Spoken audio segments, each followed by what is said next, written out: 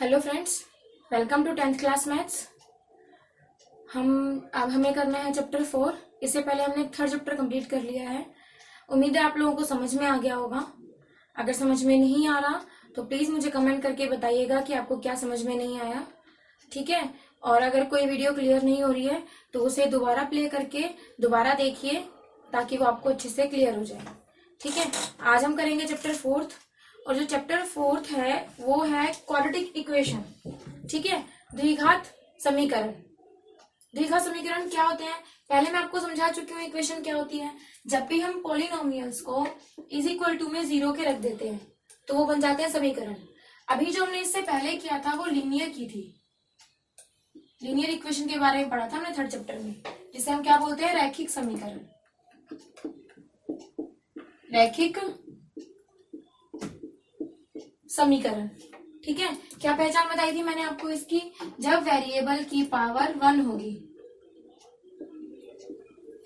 Variable की highest power 1 होती है तो वो रैखिक समीकरण होता है, लीनियर इक्वेशन होती है, ठीक है। लेकिन अगर वेरिएबल की हाईएस्ट पावर 2 हो, 2 हो तो द्विघात हो गया, जिसकी घात 2 हो, ठीक है। जैसे देखो इन जनरल फॉर्म में क्या लेते हैं, ax² plus bx plus c equal to 0, ठीक है। इसमें जो बात याद रखनी है, जो जरूरी है कि जो a होता है वो नॉन जीरो होना चाहिए। a 0 नहीं हो सकता। मान लो अगर मेरा a 0 है तो क्या हो, 0 इंटू x², इसका मतलब x² वाला तो 0 बन जाएगा, क्या रह जाएगा bx प्लस में c इक्वल टू 0। तो ये तो लीनियर इक्वेशन हो गई ना, ये तो लीनियर इक्वेशन हो गई जिसकी पावर क्या है, वेरिएबल की हाईएस्ट पावर कितनी है, 1 है। लेकिन हमें किसके बारे में बात करनी है, क्वाड्रेटिक के बारे में, ठीक है। ये और ये 0 हो सकते हैं लेकिन a 0 नहीं हो सकता। इतनी बात क्लियर है, ठीक है। कुछ भी आपके पास इक्वेशन आए, अगर आपसे पूछा जा रहा है कि पहचान करके बताओ कि क्वाड्रेटिक है या नहीं, आपको जनरल फॉर्म याद होनी चाहिए जो कि क्या है, ax² plus bx plus c। जो भी आपके पास इक्वेशन है, जो भी आपने सॉल्व करके इक्वेशन लाई है, उसको आप इससे कंपेयर करो।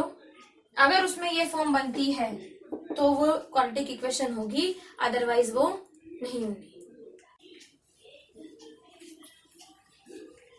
मान लो मेरे पास इक्वेशन है x² प्लस 5x प्लस में 6, ठीक है। ये इक्वेशन है। पैटर्न देखो क्या होता है, जो ये होती है x² वाला और जो कांस्टेंट, इन दोनों को आपस में कर देते हैं मल्टीप्लाई। x² मल्टीप्लाई 6 क्या आ जाएगा, 6x²। अब जो हमारे पास आया इसके इस तरीके से टुकड़े करो कि मल्टीप्लाई करें तो 6x² आए और डिवाइड करें, वो सॉरी घटाया जमा करें, प्लस या माइनस करें तो 5x आए, ठीक है। मैंने ले लिया 3x और 2x। जब मैंने इनको मल्टीप्लाई किया तो 3 2 6, x के x से करेंगे x²। जब मैंने इनको प्लस किया तो 3 और 2 5x। जो मेरी कंडीशन थी वो फुलफिल हो गई। इसका मतलब मेरे जो टुकड़े बन रहे हैं वो 3x और 2x में बन रहे हैं, x² plus 3x plus 2x plus में 6। अब क्या करेंगे, कॉमन निकालेंगे। इनमें से कॉमन लिया, x निकलेगा, x प्लस 3 बचा, यहां से 2 कॉमन निकला, x प्लस 3 बचा। अब इस पूरी में से x प्लस 3 कॉमन हो गया, बचा क्या, x प्लस 2, ठीक है। इक्वेशन होती है जो 0 के इक्वल होती है, इसलिए इसको 0 के इक्वल पुट कर देंगे। अब दोनों को अलग अलग करके देखेंगे, x plus 3 equal to 0, x equal to -3, x plus 2 equal to 0, x equal to -2, ठीक है। x की वैल्यू 2 आ गई मेरे पास, एक तो -3 और एक -2। क्लियर है बात। अगर मेरे पास यहाँ कोई बड़ी डिजिट आ जाती है, कोई बड़ा नंबर आ जाता है, तो फिर मैं उसको क्या करूंगी, अभाज्य गुणनखंड करके टुकड़े करूंगी उसके, और फिर करके देखूंगी मल्टीप्लाई और प्लस कि सॉल्व होता है या फिर नहीं होता। समझ आ रही है बात, क्लियर है क्वेश्चन, ठीक है। स्टार्टिंग से यहीं से स्टार्ट करते हैं अपनी 4.1 एक्सरसाइज। धीरे धीरे समझेंगे, छोटे से कम से इजी से आगे टफ की तरफ जाएंगे, ठीक है। मैं पहले सब कुछ नहीं बता रही हूँ कि इसमें और क्या क्या चीजें हैं। मेन मैंने आपको बताया कि स्टार्टिंग क्या होनी है इसमें और क्वाड्रेटिक इक्वेशन का मतलब क्या है, ठीक है। ताकि जब अब आपको ये पता रहे कि आपने चैप्टर पढ़ा है, कोई आपसे पूछे क्वाड्रेटिक इक्वेशन होती क्या है तो आप बता सको, ठीक है। एक्सरसाइज स्टार्ट करते हैं। स्टार्ट करते हैं 4.1 एक्सरसाइज। देखिए इसमें है, जांच कीजिए कि निम्न द्विघात समीकरण है। ठीक है, आपको काफी सारी क्वेश्चंस दी हुई है, इसमें कम से कम 8 हैं, आपको सॉल्व करना है। पहले फर्स्ट आइए देखिए, a प्लस बी का होल स्क्वायर है, फॉर्मूला आप लोगों ने किया हुआ है ए स्क्वायर, ए क्या है यहाँ पे x और b क्या है 1, a square plus b square plus 2ab equal to, इसकी मल्टीप्लाई करेंगे 2x माइनस इसकी करेंगे तो 6। अब सबको एक साथ कर लेंगे, x square plus 1 plus 2x minus 2x equal to, sorry plus 6 equal to 0। ये कट गए, x square plus 6 plus 1 equal to 0, x square plus 7 equal to 0। अब मैंने आपको एक बात बताई थी कि जब भी हमारे पास इक्वेशन आएगी हमें उसे जनरल उससे इक्वेशन से कंपेयर करना है। ठीक है, इसे कंपेयर करेंगे,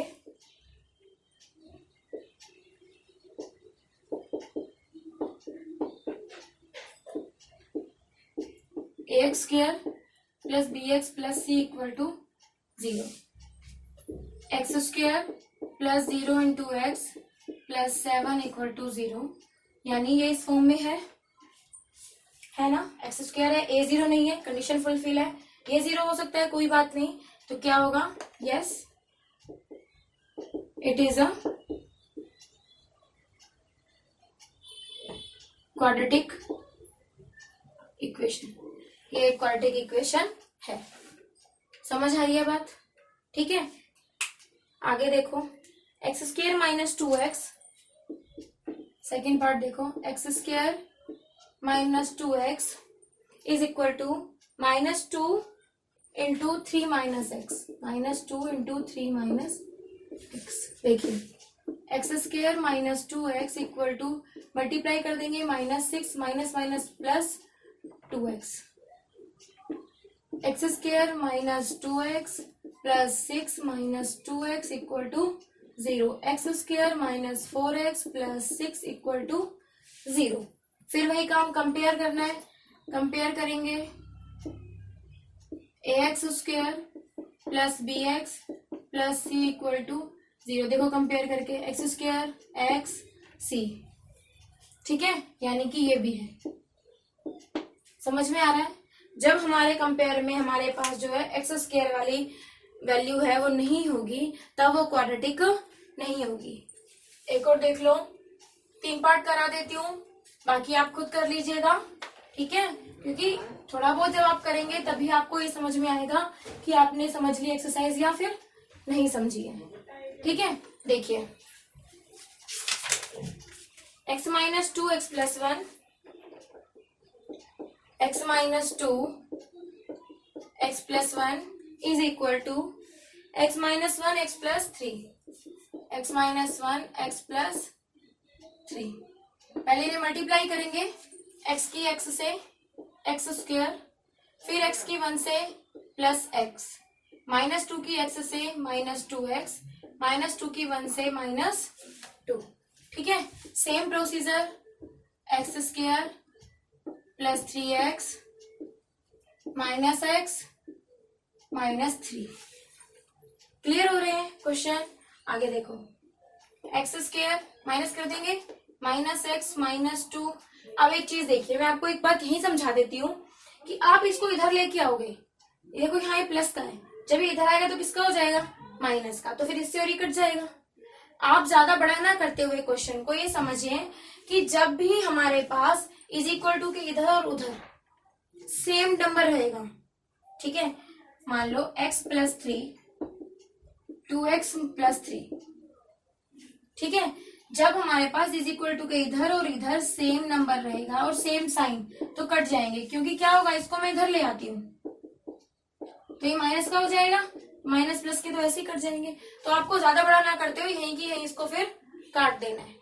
ठीक है, यहीं की यहीं मैंने इसे काट दिया, इसे माइनस किया तो आ गया माइनस एक्स माइनस 2, इनको मैं इधर लिया, इसमें से इसको माइनस किया तो कितना आएगा 2x, प्लस का आएगा यहाँ पे आके माइनस, और फिर ये माइनस के इधर आके प्लस का 3 equal to 0। Minus minus plus, sign minus का ही आएगा, माइनस के 3x प्लस का 1 इक्वल टू 0।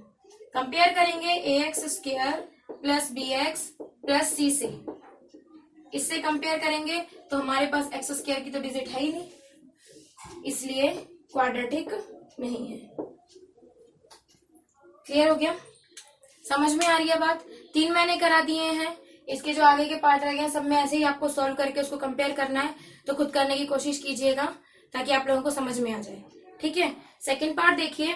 सेकंड पार्ट में सॉल्व नहीं करना है, सिर्फ आपको क्वाड्रेटिक इक्वेशन के रूप में लिखना है।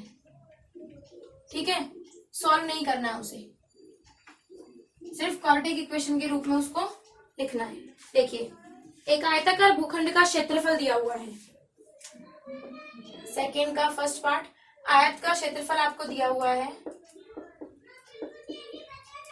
आयत का क्षेत्रफल कितना है? 528 मीटर स्क्वायर। क्षेत्रफल हमेशा स्क्वायर यूनिट में होता है। उसके बाद दिया है क्षेत्र की लंबाई चौड़ाई के दुगने से 1 अधिक है।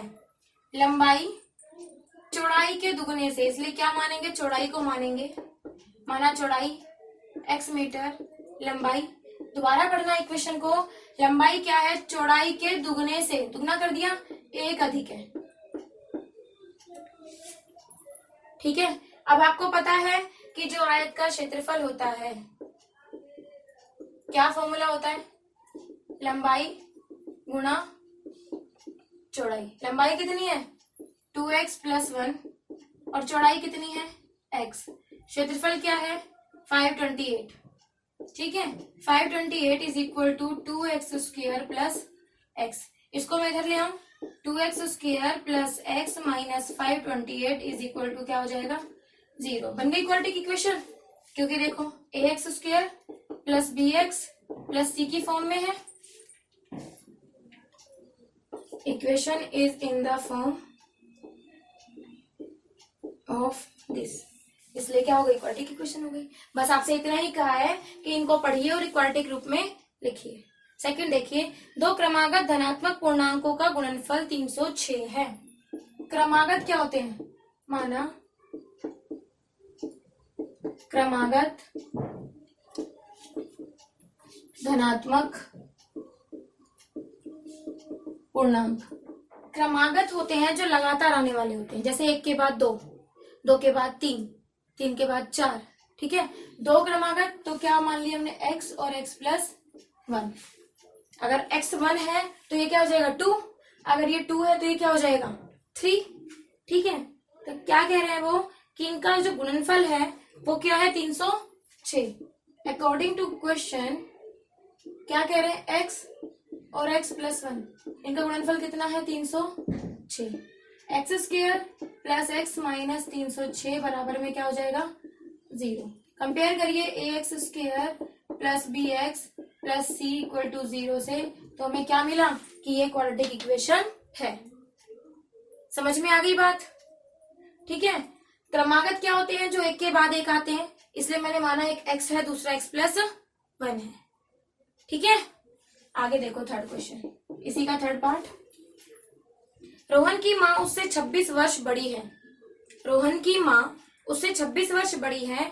उनकी आयु का गुणनफल अब से 3 वर्ष बाद 360 हो जाएगा। माना रोहन की आयु, जिसके बारे में कुछ पता नहीं होता उसको मानते हैं, जिसके बारे में हिंट मिल जाए उसको कनेक्ट कर देते हैं। जैसे रोहन की माँ की आयु रोहन से 26 वर्ष बड़ी है, तो रोहन के बारे में तो कुछ नहीं पता, लेकिन माँ का पता है हमें कि वो रोहन से 26 वर्ष बड़ी है। तो रोहन की अगर हमने x मानी तो माँ की कितनी हो जाएगी? x + 26। अब क्वेश्चन कहता है कि अब से 3 वर्ष बाद, क्वेश्चन कहता है अब से 3 वर्ष बाद रोहन की आयु क्या होगी?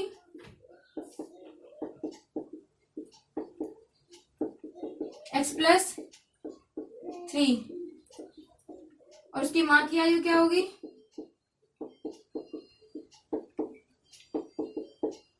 x + 26 + 3 यानी x + 29 वर्ष। क्वेश्चन में कह रहे हैं कि इन दोनों की आयु का 3 वर्ष बाद इन दोनों की आयु का गुणनफल यानी x + 3 × x + 29 कितना हो जाएगा? 360। 60 हो जाएगा। X square plus 29x plus 3x plus इनको मल्टीप्लाई करेंगे 87 इक्वल टू 360। ठीक है, एक्स स्क्वायर प्लस में 29 और 3 32x प्लस में 87 minus 360 equal to 0। X square plus 32x minus करेंगे 3